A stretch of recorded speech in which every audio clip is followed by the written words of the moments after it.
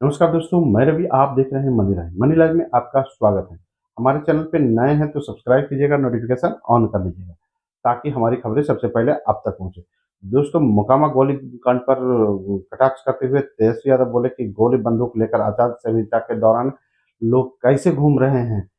मोकामा में गोलीकांड के संबंध में महागठबंधन के नेता तेजस्वी यादव ने सरकारी व्यवस्था पर सवाल उठाए हैं।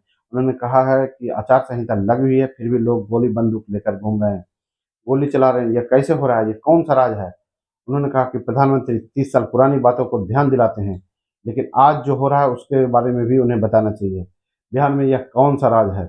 उन्होंने यह बातें गुरुवार को चुनाव प्रचार के दौरान पटना लौटते समय एयरपोर्ट पर संवाददाताओं से चर्चा के दौरान कही।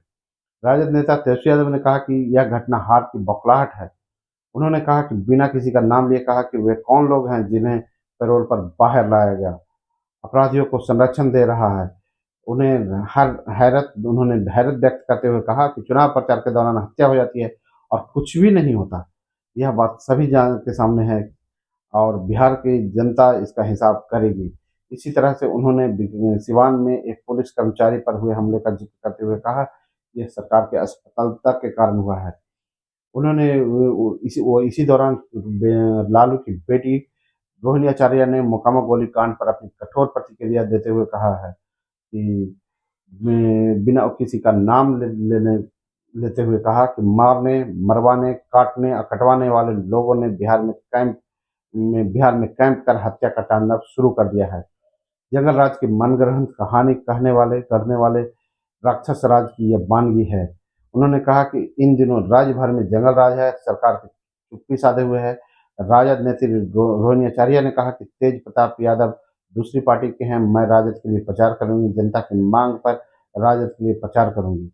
हालांकि तेज प्रताप यादव को भी मेरा पूरा आशीर्वाद है। इस पर प्रतिक्रिया देते हुए जनसुराज के जो है जनसुराज के भी नेता ने अपनी प्रतिक्रिया दी और उन्होंने मांग की है, जनसुराज ने भी मांग की है कि अपराधियों को गिरफ्तार किया जाना चाहिए, जनसुराज के प्रत्याशियों को सुरक्षा मिलनी चाहिए। जनसुराज के मोकामा प्रत्याशी पीयूष प्रियदर्शी के काफिले पर हमला और समर्थक की हत्या के मामले में पार्टी ने कड़ी निंदा की है। पार्टी के प्रदेश अध्यक्ष मनोज भारती ने कहा है कि यह लोकतंत्र के अधिकारों की हत्या है। हर प्रत्याशी को जनसंपर्क करने का अधिकार है। इस दौरान उन पर हमला करना, दबंगाई दिखाते हुए गोली मारना, गाड़ी चढ़ाकर समर्थक की हत्या कर देना जघन्य अपराध है। उन्होंने आगे बढ़कर यह भी कहा कि ये बड़ी विडंबना तो यह है, यह सब उन लोगों के इशारे पर किया गया जो खुद को सुशासन समर्थक कहते हैं और जंगल राज का विरोध करने के नाम पर वोट मांग रहे हैं।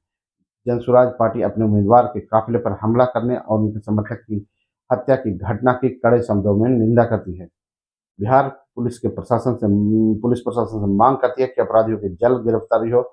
साथ ही प्रशासन जनसुराज उम्मीदवार को सुरक्षा भी प्रदान करे। इधर जनसुराज के कई नेता मोकामा के लिए रवाना हो गए हैं और जनसुराज के सूत्रधार प्रशांत किशोर ने मोकामा घटना पर कहा है, वहाँ जनसुराज समर्थक दुलाल चंद यादव को गोली मारने की जानकारी मिली है। हमारी तमाम पार्टी के नेता मोकामा जा रहे हैं और स्थिति को देखने के बाद आगे की कार्रवाई करेंगे। दोस्तों, आप देख रहे हैं मनी लाइव। मैं हूं रवि। मिलते हैं अगले वीडियो में नए न्यूज।